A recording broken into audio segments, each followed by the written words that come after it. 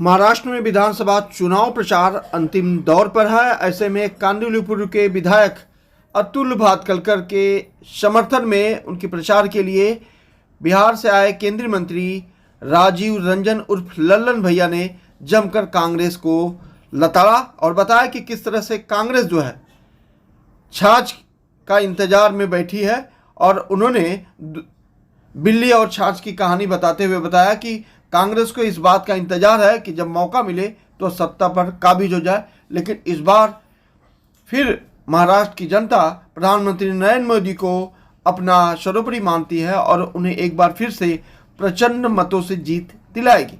इस मौके पर राजीव रंजन जी ने बताया कि किस तरह से अतुल भातखलकर ने पिछले 10 वर्षों में जो विकास का काम किया है।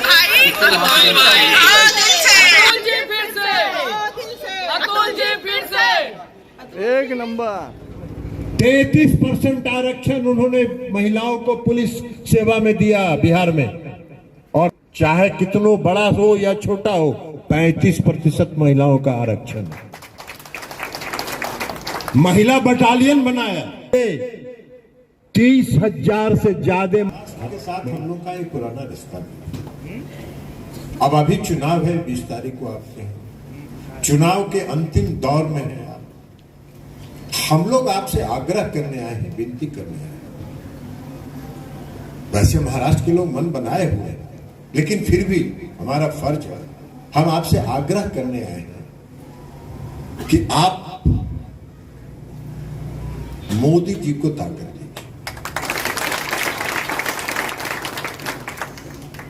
क्योंकि कई लोग, अभी हरियाणा का चुनाव हुआ था, हरियाणा के चुनाव में कांग्रेस पार्टी ने जितना नकारात्मक प्रचार हो सकता था मोदी जी के लिए किया। संविधान विरोधी मोदी जी हैं। जो व्यक्ति जब लोकसभा में और प्रधानमंत्री पद की शपथ लेने के पहले संविधान को नतमस्तक होके दंडवत करके प्रणाम करके शपथ लेता हो, उसको संविधान विरोधी कहा जा रहा है। जिसको संविधान की पूरी धाराओं का ज्ञान नहीं है, वह भी मोदी जी को संविधान विरोधी कह रहा है। भाई राहुल गांधी कांग्रेस पार्टी के नेता हैं, संविधान का क्या ज्ञान है? उनकी दादी ने तो इस देश में संविधान को तार तार करके फाड़ फाड़ करके फेंक दिया और पूरे देश में अपना शासन कायम रखने के लिए इमरजेंसी लगाया। हमारे जैसा व्यक्ति भी उस इमरजेंसी में जेल में रहा, उस इमरजेंसी के दौरान, लेकिन लगाया।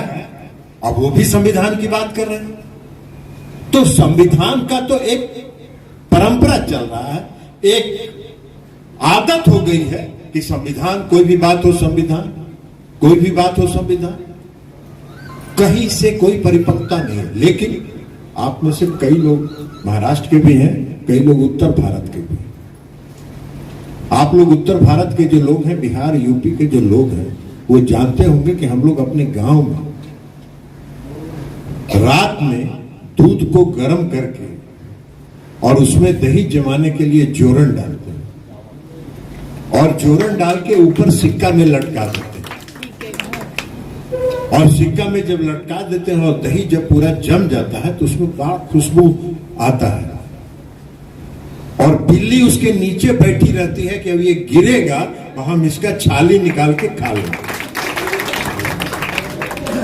तो वैसे ही यहां कांग्रेस पार्टी के लोग इस इंतजार में बैठे हैं कि किसी तरह हम लोग को मौका मिले और यहां कब्जा। तो आप लोग को सतर्क रहने की जरूरत है। आप सतर्क रहने की जरूरत है, क्योंकि ऐसे लोग देश को ठगने वाले, ऐसे लोग देश को ठगते। भारतीय जनता पार्टी के साथ रहे और इस बार भी है भारतीय जनता पार्टी के साथ, इसलिए कि उत्तर भारत के लोग ये जानते हैं कि इस देश को विकास की तरफ, इस देश को विकसित भारत बनाने की तरफ, इस देश को आत्मनिर्भर भारत की तरफ ले जाने वाला अगर कोई व्यक्ति इस देश में है तो उसका नाम है नरेंद्र मोदी।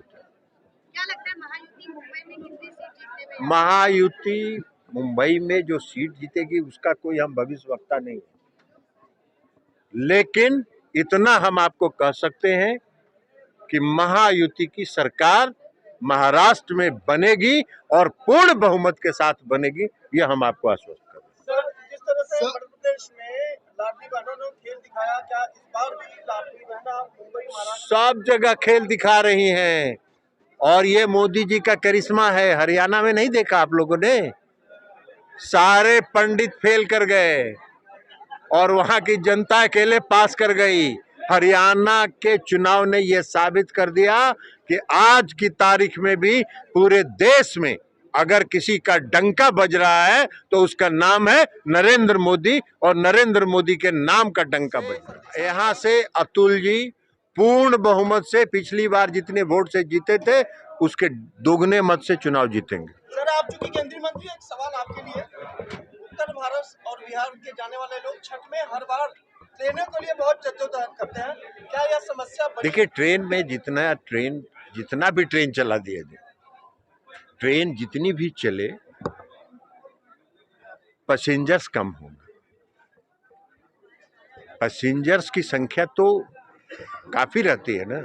उत्तर भारत में छठ में पूरे देश के लोग पहुंचना चाहते हैं गांव में, तो कोई भी सरकार, लेकिन केंद्र की सरकार ने लगातार छठ पूजा हो, दशहरा हो, दिवाली हो, उसमें विशेष ट्रेन चलाने का फैसला हर समय सरकार लेती रही है और विशेष ट्रेन चला के लोगों को छठ के पूजा तक, गांव तक पहुंचने में मदद। समाज पूर्ण रूप से भारतीय जनता पार्टी के साथ यहाँ भी खड़ा है, बिहार में भी खड़ा है और पूरे देश में जहाँ भी है वहाँ पे मोदी जी के साथ पूरा बिहारी समाज खड़ा है।